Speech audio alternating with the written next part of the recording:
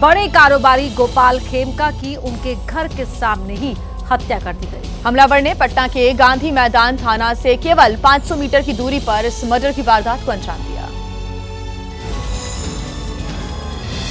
हत्या का CCTV video भी सामने आया। वीडियो में अकेला शूटर अपार्टमेंट के बाहर कारोबारी गोपाल खेमका के आने का इंतजार करता दिखा। इसके बाद रात करीब 11:38 पर जैसे ही गोपाल खेमका की गाड़ी उनके घर के बाहर रुकी, पहले से तैयार हेलमेट पहने शूटर ने उनके ऊपर ताबड़तोड़ गोलियां बरसा दी। गोली लगने के बाद कारोबारी गोपाल खेमका वहीं गिर जाते हैं और हमलावर तुरंत वहां से भाग जाता है। इसके बाद गार्ड आकर गेट खोलता है, लेकिन तब तक बहुत देर हो चुकी थी। वारदात के तुरंत बाद गोपाल खेमका को अस्पताल ले जाया गया, जहां डॉक्टर ने उन्हें मृत घोषित कर दिया। एबीपी न्यूज की टीम भी गोपाल खेमका के घर पहुंची तो हमें वो गाड़ी वहीं खड़ी मिली जिसे गोपाल खेमका चला रहे थे। इसी गाड़ी से जैसे ही गोपाल खेमका उतरे थे, शूटर ने गोलियां चलाई थी।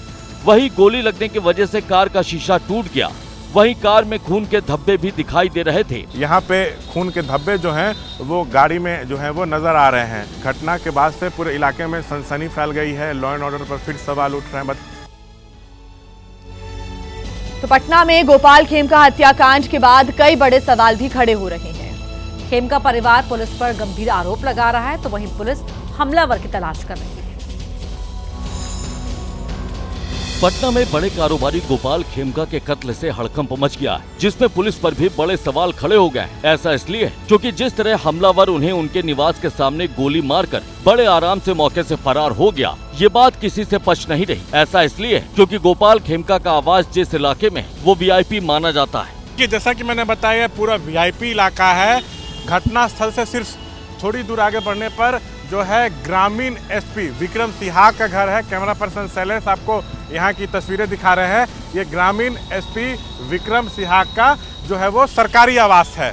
वहीं मौकाए वारदात से महज 300 मीटर की दूरी पर गांधी मैदान थाना है। बावजूद इसके पुलिस गोपाल खेमका के आवास पर 2 घंटे बाद पहुंची, जिसे लेकर गंभीर सवाल खड़े हो गए हैं। देखिए, घटना स्थल से सिर्फ 300 मीटर की दूरी पर गांधी मैदान थाना है। हम गांधी मैदान थाने के ठीक बाहर खड़े हैं। गोपाल खेमका के परिजन बेहद गंभीर आरोप लगा रहे हैं पुलिस की कार्यशैली पर। गोपाल खेमका मर्डर मामले में पुलिस पर गंभीर सवाल खड़े हो रहे हैं। तो अब पुलिस भी फुल एक्शन मोड में नजर आ रही है। तमाम सबूतों को खंगाला जा रहा है। हमलावर की तलाश की जा रही है। गोपाल खेमका मर्डर मामले में पुलिस ने तफ्तीश की रफ्तार बढ़ा दी है, जिसके तहत शनिवार को पटना के आईजी जितेंद्र राणा की अगुवाई में पुलिस ने बेउर जेल पर छापा मारा। पुलिस को छानबीन में इस बात की जानकारी मिली थी कि गोपाल खेमका की हत्या की साजिश बेउर जेल में ही रची गई थी। निश्चित रूप से जो बड़े अपराध होते हैं उसमें जो संगठित गिरोह इत्यादि रहते हैं कि जेल से भूमिका रहती है, जो जेल में अपराधी, उसके मद्देनजर जो कुछ हमारे पास में इनपुट्स थे उसके आधार पर जेल में छापेमारी की गई। बिहार के डीजीपी ने भी गोपाल खेमका की हत्या मामले पर बयान दिया। उन्होंने कहा कि जांच के लिए कई टीमें बनाई गई हैं। पुलिस केस में साल 2018 में गोपाल खेमका के बेटे गुंजन की हत्या का लिंक भी तलाशने में जुटी हुई है। इसकी पूरी टीम लगाई गई है, एसटीएफ की टीम लगाई गई है इसके उद्भेदन में, और हम लोग की अपेक्षा है कि शीघ्र ही उद्भेदन हो जाएगा। इसके पूर्व भी वर्ष 2018 में इनके पुत्र की हत्या हुई थी हाजीपुर इंडस्ट्रियल थाना क्षेत्र में, उसका उद्भेदन हुआ था। तो बिहार के बड़े कारोबारी गोपाल खेमका के मर्डर मामले से बिहार का सियासी पारा भी हाई हो गया है। तेजस्वी यादव और बिहार के राज्यपाल आरिफ मोहम्मद खान ने खेमका के घर पहुंचकर उनके परिवारजनों से मुलाकात की। बिहार के नेता प्रतिपक्ष तेजस्वी यादव गोपाल खेमका के घर पहुंचे, परिजनों से मुलाकात की और बिहार की कानून व्यवस्था पर सवाल खड़े कर नीतीश सरकार पर हमला बोला। कौन आना चाहेगा बिहार? इनका नाम इतना पुराना, इनका संबंध हर किसी के साथ था, इंडस्ट्री एसोसिएशन के सब कुछ रहे हैं, सबको इनको जानता था। कई राजनेता से संबंध इन लोगों का है। आखिर वो परिवार जो बिहार में इंडस्ट्री को लेकर के जिसका योगदान रहा है, जो स्थापित है। बिहार के राज्यपाल आरिफ मोहम्मद खान ने भी गोपाल खेमका के परिजनों से मुलाकात की और कठोर कार्रवाई का भरोसा दिया, तो डिप्टी सीएम विजय सिन्हा ने भी जल्द मामले के खुलासे का दावा किया। मुझे पूरा विश्वास है कि ऐसी कार्रवाई होगी कि बड़ी कठोर कार्रवाई होगी। जिसकी लापरवाही उदासीनता से इस तरह की घटना घटित हो रहा है, उसको चिन्हित करके कार्रवाई करने की जरूरत है। जो घटना के बाद त्वरित कार्रवाई नहीं किए हैं उन लोगों पर सरकार संज्ञान लेगी। वहीं पटना में उद्योगपति गोपाल खेमका की हत्या से सियासत गर्मा गई है। मर्डर की इस घटना ने बिहार की राजनीति में उबाल ला दिया। आरजेडी और कांग्रेस ने इस मामले में राज्य की नीतीश सरकार पर जमकर निशाना साधा है। आरजेडी के राज्यसभा सांसद मनोज झा ने तो यहाँ तक कह दिया कि बिहार में सरकार का इकबाल खत्म हो चुका है। कल सिवान, फिर देर रात ये घटना होती है। मतलब सरकार नाम की कोई चीज है। वहीं गोपाल खेमका हत्याकांड के विरोध में सीबीआई जांच की मांग करते हुए पूर्णिया के सांसद पप्पू यादव ने पटना में आक्रोश मार्च निकाला। पप्पू यादव ने कहा कि बिहार में जंगल राज आ गया है। पूरा बिहार त्रस्त है। सिवान में नरसंहार, बक्सर में नरसंहार, सब कुछ कोलैप्स हो चुका है। कोई बेटी सुरक्षित नहीं है। लोक जनशक्ति पार्टी रामविलास के अध्यक्ष और केंद्रीय मंत्री चिराग पासवान ने भी इस घटना की निंदा की है और कहा है कि ऐसी घटनाएं चिंता बढ़ाने वाली हैं। बता दें कि हत्या की जांच के लिए एसआईटी का गठन किया गया है। वहीं सीएम नीतीश कुमार ने खुद डीजीपी से इस घटना की पूरी जानकारी ली है। जन सुराज पार्टी के संस्थापक प्रशांत किशोर ने भी वारदात पर सवाल उठाए और नीतीश सरकार पर हमला बोला है। बिहार में वोटर लिस्ट के रिवीजन को लेकर सियासत थमने का नाम नहीं ले रही है। आरजेडी की राष्ट्रीय परिषद की बैठक में तेजस्वी यादव ने फिर दावा किया कि चुनाव आयोग का ये कदम साजिश है। इसके पीछे मोदी सरकार का मंसूबा छिपा हुआ है। आरजेडी की राष्ट्रीय परिषद की बैठक को संबोधित करते हुए तेजस्वी यादव ने फिर आरोप लगाया कि बिहार में हो रहा वोटर लिस्ट रिवीजन एक बड़ी साजिश है और इसे चुनाव आयोग मोदी सरकार के इशारे पर अंजाम दे रहा है। तो लालू जी कहते हैं वोट का राज मतलब वोट का राज। लोकतंत्र और संविधान ने हमको जो ताकत दी है उसको ये लोग छीनना चाहते हैं। वोट का अधिकार छीनना चाहते हैं। लालू प्रसाद यादव की पत्नी और पूर्व सीएम राबड़ी देवी ने तो इस दौरान कार्यकर्ताओं से अपील तक कर डाली कि वो चुनाव आयोग के अधिकारियों को दस्तावेज न दिखाएं। कोई भी है जिसका पास माता पिता नहीं है, कब्जे हो गए, जिसका भाव बहन नहीं है, कोई नहीं है और उसका भी प्रमाण मांग रहा है। जो मांग रहा है 3 कागज चाहिए, वो कागज नहीं देना है।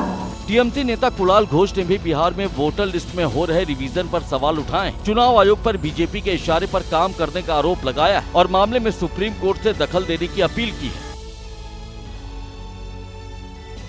वहीं ब्रिक्स समिट में हिस्सा लेने के लिए पीएम मोदी ब्राजील के रियो डी जेनेरियो में पहुंच गए हैं। पीएम के इस दौरे से वहां रह रहे प्रवासी भारतीय लोगों के बीच काफी उत्साह है। वहां से एबीपी न्यूज संवाददाता विशाल पांडे की एक्सक्लूसिव रिपोर्ट आपको दिखाते हैं। प्रधानमंत्री नरेंद्र मोदी ब्राजील के रियो डी जेनेरियो पहुंच चुके हैं और भारतीय समुदाय के लोगों ने कुछ इस तरह से उनका स्वागत किया है। तस्वीरें आपको मैं दिखा देता हूं। सबसे पहले आप इन तस्वीरों को देखिए कि किस तरह से प्रधानमंत्री नरेंद्र मोदी और भारत माता की तस्वीर, जिसे प्रधानमंत्री मोदी हाथ जोड़कर उनका वंदन करते नजर आ रहे हैं, वो तस्वीरें दिखाई दे रही हैं। साथ में जिन लोगों ने इन तस्वीर को बनाया वो भी मौजूद है, उनसे बातचीत करते हैं। क्या नाम है आपका? हेलो, मेरा नाम स्नेहा है, प्रतीक है, मैं रांची से हूँ। स्नेहा, आपने बहुत शानदार ये तस्वीर बनाई है, क्या सोच कर ये तस्वीर बनाई है? मोदी जी जिस तरह बोलते हैं भारत माता की जय, वो उसी को इमेजिन करके मैंने बनाया है कि जिस तरह मोदी जी भारत माता की पूजा करते हैं, स्पेशली आफ्टर ऑपरेशन सिंदूर। उन्होंने जिस तरह दिखाया है कि वो लेडीज़ को कितना रेस्पेक्ट करते हैं, लेडी ऑफिसर्स को खड़ा करके ब्रीफिंग देना और ये सब, तो उनसे हम सारी लेडीज़ बहुत ही अच्छा फील किया है, तो उसको ही मैंने दर्शाया है।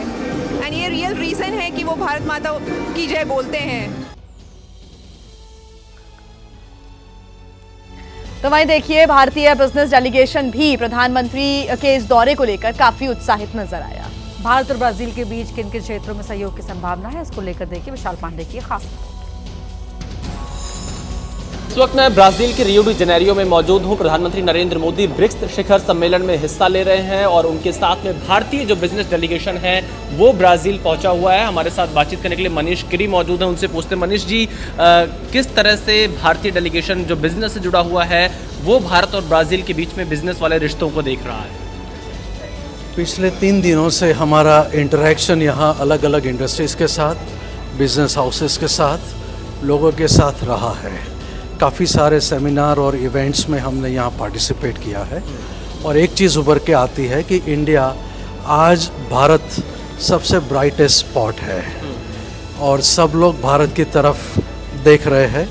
सब लोग इन्वेस्टमेंट की तरफ, ट्रेड की तरफ भारत से उम्मीद कर रहे हैं कि उनका पार्टिसिपेशन। क्षेत्र में किस क्षेत्र में आप उम्मीद देख रहे हैं? 3 क्षेत्र में हमारा काफ़ी सारा इंटरेस्ट रहा है, बातचीत रही है। रियो डी जेनेरियो में पीएम मोदी के स्वागत में स्थानीय लोग भी मौजूद थे और साथ ही साथ कुछ लोगों ने संस्कृत में मंत्रोच्चार कर मंत्रमुग्ध कर दिया। देखिए रिपोर्ट। प्रधानमंत्री Narendra Modi Rio de Janeiro पहुंच चुके हैं, उनका भव्य स्वागत किया गया है। ब्रिक्स शिखर सम्मेलन में वो हिस्सा लेंगे और यहाँ पर जो ब्राजील के आर्टिस्ट हैं उन्होंने प्रधानमंत्री मोदी का स्वागत किया। खास बात ये रही है कि गणपति के मंत्र के साथ इन्होंने स्वागत किया। मैं एक बार जल्दी से अपने दर्शकों को चाहूंगा कि ये यहाँ के कलाकार वो गणपति मंत्र सुनाएं जो उन्होंने प्राइम मिनिस्टर के सामने सुनाया था। Ma'am, I just want to you that you please can you sing the song of Ganpati chant? जय गणेश। ओम गम गणपतये नमः शरणं गणेशा। ओम गम गणपतये नमः शरणं गणेशा।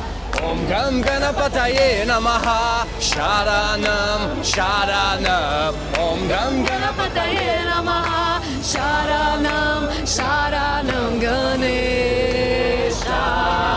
शरणं शरणं गणेश। आइए खबरों में आगे बढ़ते हैं, बात कर लेते हैं महाराष्ट्र की, जहां की राजनीति में एक बार फिर से ठाकरे ब्रदर्स साथ आ गए हैं। 20 साल तक अलग अलग रास्तों पर चलने वाले उद्धव और राज ठाकरे ने एक मंच पर आकर मराठी अस्मिता की बात की। साथ ही हिंदी और हिंदी राज्यों से आने वाले लोगों पर निशाना साधा।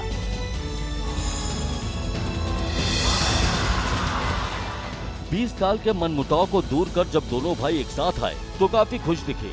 मंच पर उद्धव और राज ठाकरे गले मिले, हात उठाकर अपने कार्यकर्ताओं का अभिवादन किया।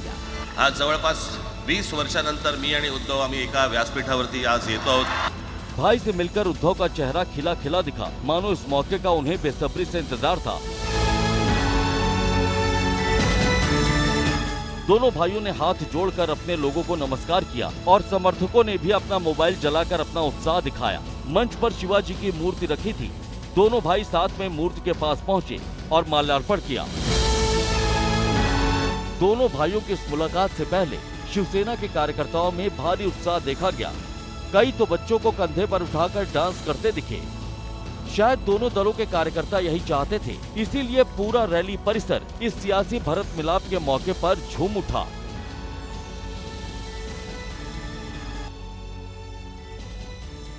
मराठी विजय सभा में दोनों भाइयों के साथ आने के पीछे कई मकसद है। सबसे बड़ा मकसद है सियासी और मराठी अस्मिता के नाम पर मराठी वोट बैंक का ध्रुवीकरण भी एक बड़ा मकसद है, जो इनके सियासी वजूद का भी सवाल है।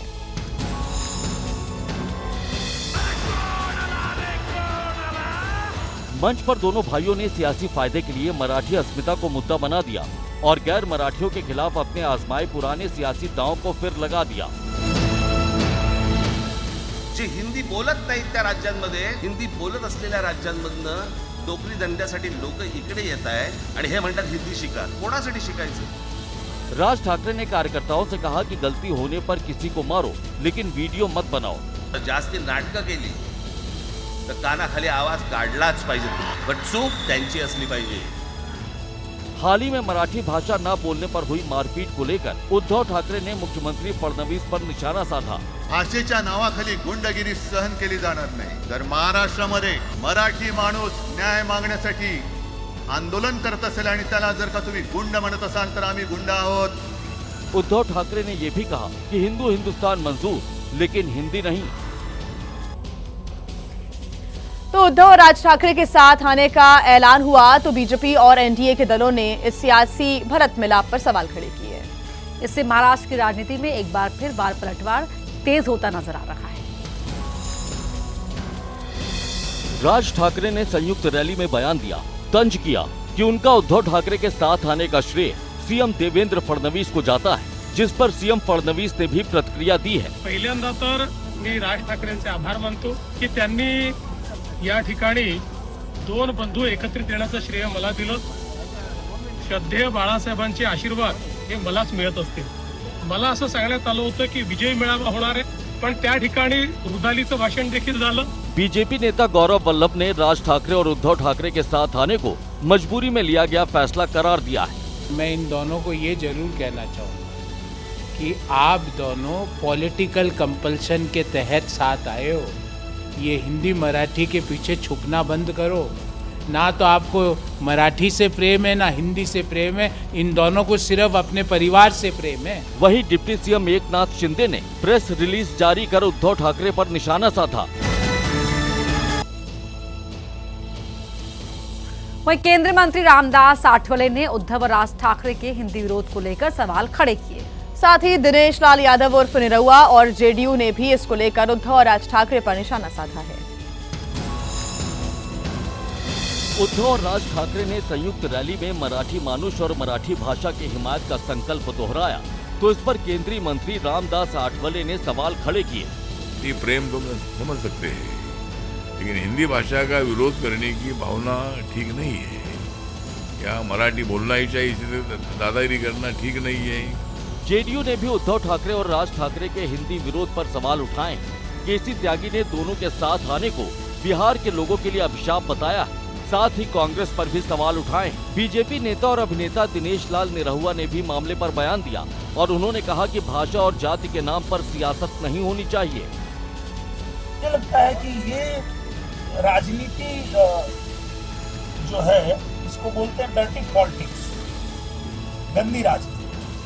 भाषा के नाम पे या किसी भी नाम पे अगर लोगों में नफरत पैदा किया जाए तो ये ठीक नहीं है। ऐसी राजनीति करनी नहीं चाहिए।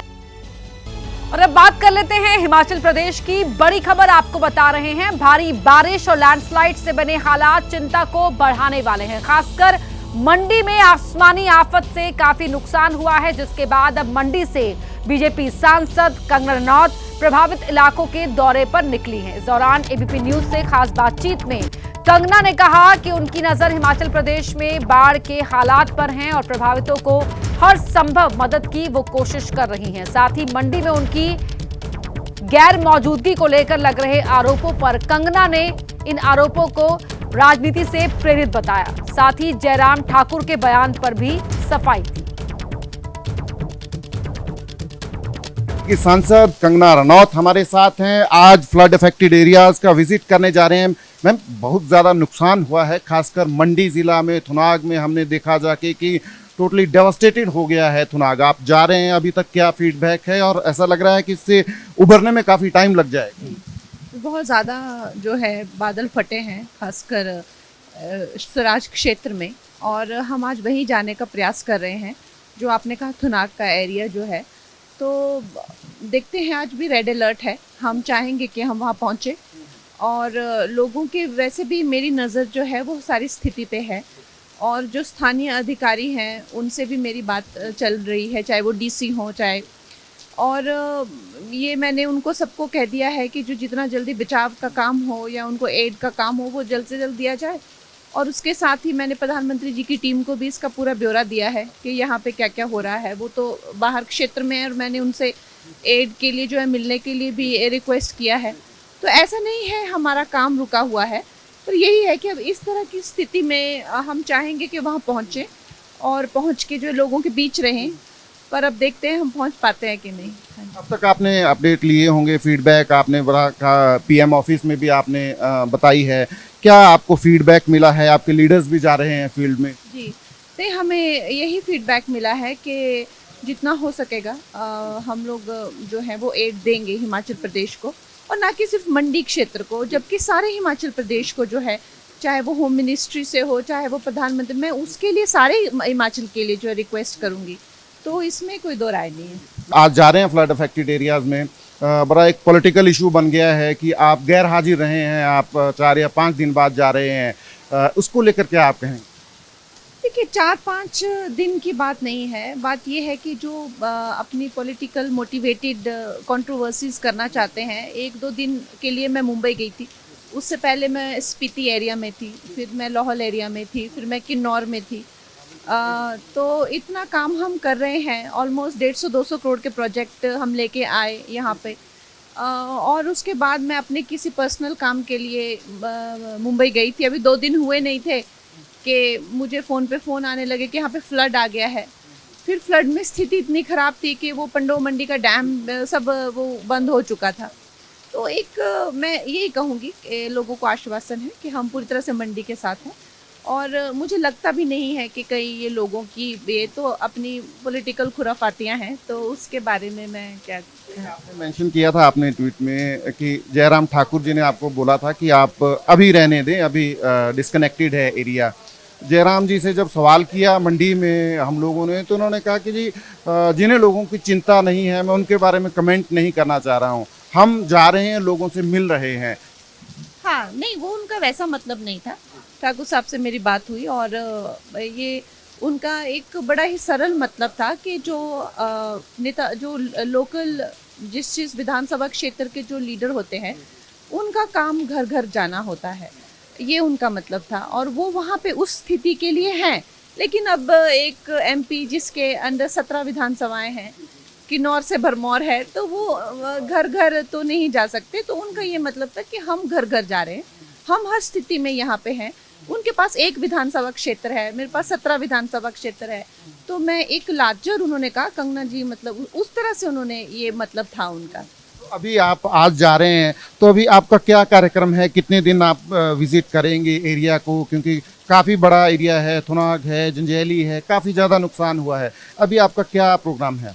देखिए, जो एक एमपी की अगर बात करें तो एमपी का काम होता है सेंटर से जो है एड लाना, तो वो मेरा काम है, मैं उस पर ज़्यादा ध्यान दूंगी। बाकी लोकली घर घर जाना के लिए विधानसभा क्षेत्र के या तो एमएलएज है या नेता प्रतिपक्ष हैं, मैं कोशिश करूंगी कि परिवारों को मिलूं जो ज़्यादा ग्रस्त हैं।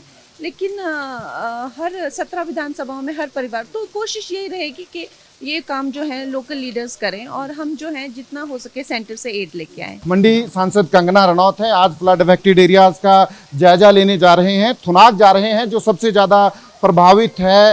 वहाँ कंगना रनौत जो है अपनी टीम के साथ जा रही हैं। आज हालांकि एक पॉलिटिकल कंट्रोवर्सी हुई थी कि ये गैर हाजिर रही हैं मंडी संसदीय क्षेत्र में जब आपदा आई है, पर साफ कहा है कि ये पॉलिटिकली मोटिवेटेड कंट्रोवर्सी है और मैं जितना हो सकता है कोशिश करूंगी कि केंद्र सरकार से जितनी ज़्यादा सहायता जो है वो मिल सके हिमाचल प्रदेश को, ताकि हिमाचल जो है वो इस आपदा से निकल सके। तो कंगना रनौत का दो टूक कहना है कि जो भी कंट्रोवर्सी उनकी गैर मौजूदगी को लेकर हुई है वो पॉलिटिकली मोटिवेटेड है और उनकी कोशिश है कि ज़्यादा से ज़्यादा फंड्स और केंद्रीय सहायता जो है हिमाचल प्रदेश को लेकर आए। वहीं राजस्थान के कई इलाकों में बाढ़ और बारिश की तबाही देखने को मिल रही है। बारां और भीलवाड़ा में बारिश के बाद बाढ़ जैसे हालात बने हुए हैं। इन हालातों से लोग परेशान भी हैं और दहशत में भी हैं। बारां में तेज बारिश के बाद भैंसासुर नदी ने रौद्र रूप अख्तियार कर लिया। बारां में नदी नाले उफान पर और कई इलाकों पर पानी ने पूरी तरह कब्जा कर लिया। भैंसासुर नदी में उफान की वजह से श्योपुर को गुना से जोड़ने वाला नया मेगा हाईवे भी बंद करना पड़ा। लगातार हो रही बारिश की वजह से नदी के किनारे रहने वाले लोग बेहद खौफजदा दिख रहे हैं। बारां में बारिश का पानी स्कूल के कमरों में भी दाखिल हो चुका है। केलवाड़ा कस्बे में लगातार हो रही बारिश की वजह से हालात ऐसे बन गए, राजकीय माध्यमिक विद्यालय तालाब में तब्दील हो गया। स्कूल के कमरों में पानी भर गया। भारी बारिश की वजह से ज्यादातर क्लासरूम की छत भी टूट गई। इस स्कूल में करीब 700 बच्चे पढ़ते हैं, लेकिन स्कूल की फर्श पर पानी जमा है। ऐसे में किसी बच्चे का फिलहाल यहाँ पढ़ पाना मुश्किल है। भीलवाड़ा में भी कुदरत का कहर बरपता दिख रहा है। भोली पंचायत के हालात ज्यादा खराब दिख रहे हैं। भारी बारिश की वजह से पूरा गांव तालाब में तब्दील हो चुका है। बारिश का पानी खेतों को पार कर लोगों के घरों में दाखिल होने लगा। ग्रामीणों को खाने पीने का इंतजाम करने में भी दिक्कत पेश आ रही है। वहीं राजस्थान के ही बूंदी में भारी बारिश के बीच एक मगरमच्छ रिहायशी इलाके में आ गया। तो तेज बारिश की वजह से वहां पर नदी नाले पूरी रफ्तार से बह रहे हैं। इससे लोगों की मुश्किलें बढ़ी हुई हैं। लगातार हो रही बारिश की वजह से हालात खराब होते दिख रहे हैं। ऑरेंज अलर्ट के बाद बूंदी में झमाझम बारिश हुई तो नदी नालों में तेज बहाव देखने को मिला। पिछले मानसून के मुकाबले अभी तक 3 गुना ज्यादा बारिश दर्ज की गई है। कई इलाकों पर पानी का कब्जा देखने को मिल रहा है। भारी बारिश की वजह से कई जगहों पर पेड़ गिरे, जिससे बड़ा हादसा हो सकता था। हालांकि गनीमत रही कि कोई भी इन पेड़ों की जद में नहीं आया। वहीं भीमताल झरने का उफान देखने के बाद लोग खौफजदा हैं, जो पूरी ताकत से बहता और गिरता दिख रहा है। वहीं भीमताल झरने के उफान में बहकर एक बड़ा मगरमच्छ हड़ौती इलाके में पहुंच गया। जिसे देखने के बाद लोग खौफजदा हो गए। मगरमच्छ की जानकारी वन विभाग को दी गई, जिसके बाद वन विभाग की टीम ने इस मगरमच्छ पर किसी तरह काबू पाया। टीम ने मगरमच्छ को पकड़ने के बाद इसे रामगढ़ अभयारण्य में छोड़ दिया, जिससे स्थानीय लोगों ने राहत की सांस ली। मगरमच्छ को देखने के बाद काफी देर तक इलाके में अफरा तफरी मची रही। तो पहाड़ हो या मैदान हो, हर तरफ बारिश के बाद बाढ़ के हालात हैं। इससे हर कोई परेशान है। कुछ ऐसा ही मध्य प्रदेश में भी देखने को मिल रहा है। मध्य प्रदेश के शिवपुरी से एक ऐसा ही वीडियो सामने आया जिसने लोगों को डरा दिया। यहाँ उफनाई नदी के बीच में से ट्रैक्टर निकालना भारी पड़ गया, क्योंकि तेज धार में फंसकर ट्रैक्टर पलटने लगा था।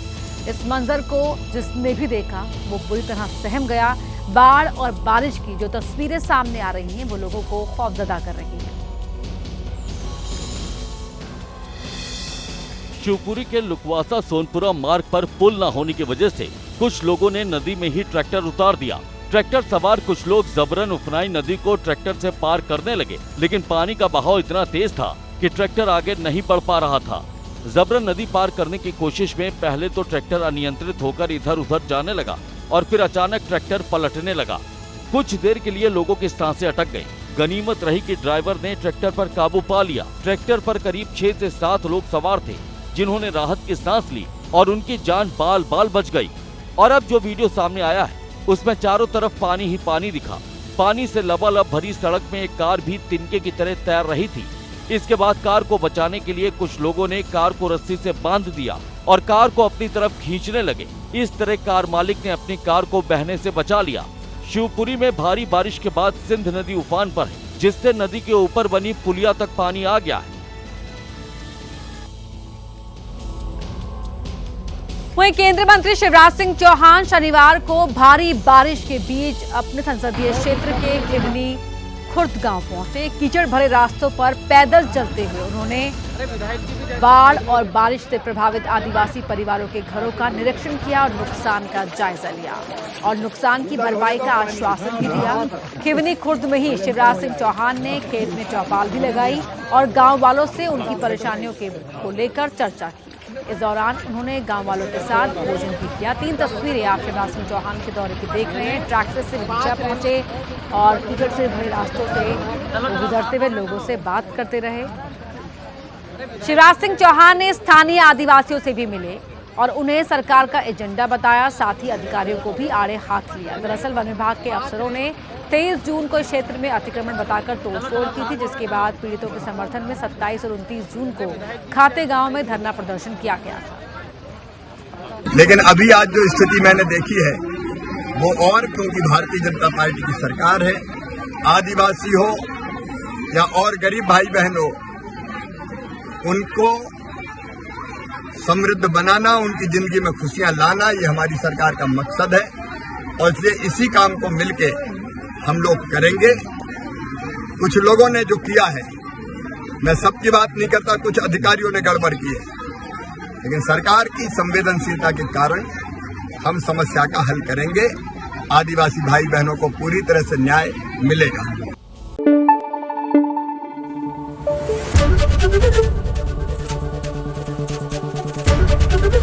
एबीपी न्यूज आपको रखे आगे।